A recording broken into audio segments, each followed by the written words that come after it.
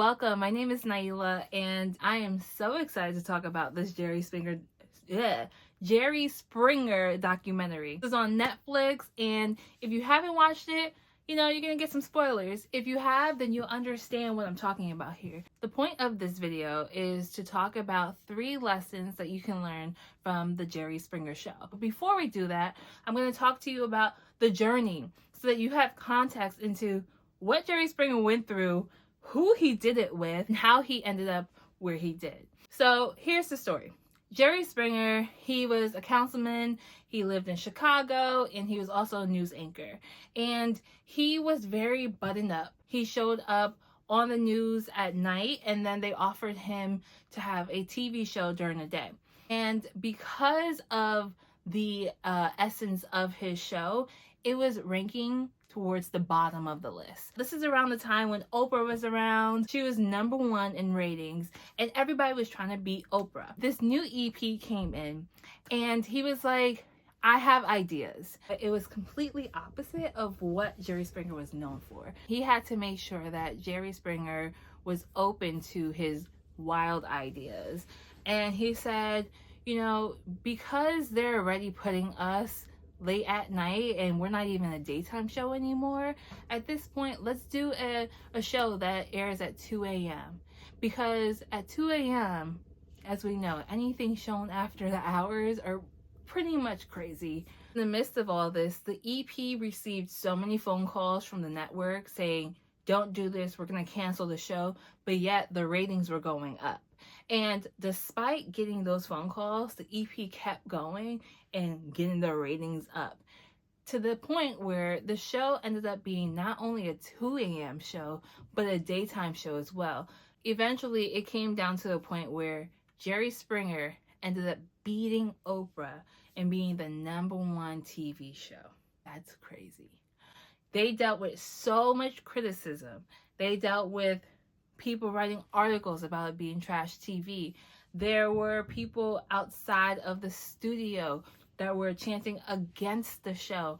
And despite all of that, they kept going, and he ended up beating Oprah. The first lesson: when it comes to pivoting, you need a team, you need to be open, and you need to keep going. If it weren't for the EP coming in with his creativity, then Jerry Springer wouldn't have been in a position to be able to get to that next level.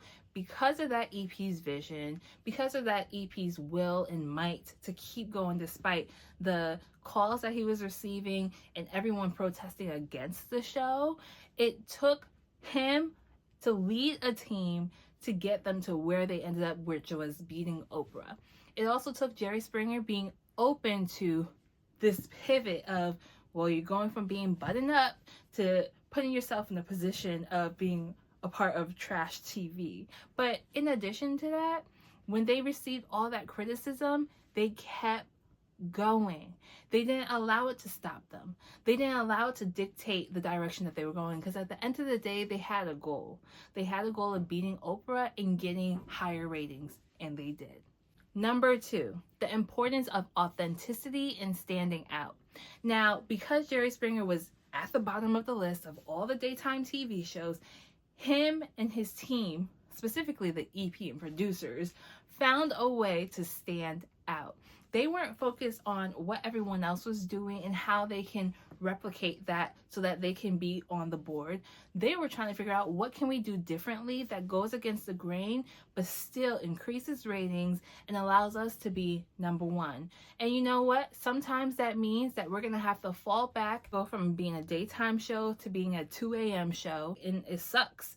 But that step back can get you a few steps ahead, because that's exactly what happened to them. Not only were they a 2 a.m. show, but then they ended up being a daytime show at the same time, getting double the ratings. Which leads me to number 3. Don't limit yourself to where you are right now. It's so easy to get into a position where you're like, oh no, I don't think I can do this. I don't think I'm going to make it to my goal or my vision, because the situation I'm in right now feels so limiting, and it feels like nothing else is possible. And at the beginning of the documentary, they mentioned that they knew Oprah was at the top. There's no way we're going to beat her, and we're not going to try to beat her. We just want to get ratings. The bare minimum is enough for us. But then it took someone else, going back to lesson number 1, to come in and say, no, that's not enough.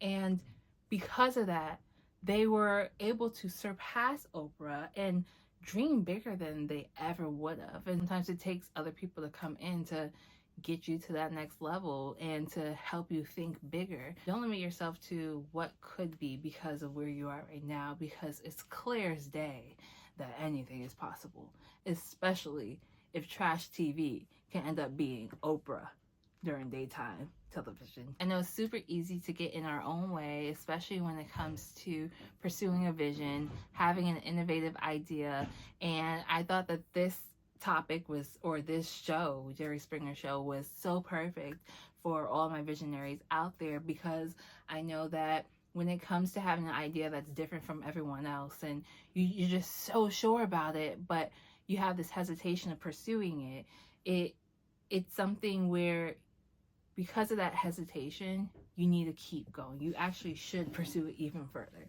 This also shows that you shouldn't be doing it by yourself. Find your people or attract those people. You know, pray on it, meditate on it, and have those people come to you so that you can pursue it and you can make that impact on the world. And honestly, put yourself in a position that beyond what you can imagine for yourself. We all have a vision, we all have a purpose, we all have a gift, and it takes somebody else to help us activate that. And I hope to be that for you, or at least lead you to those people through these videos. So more to come.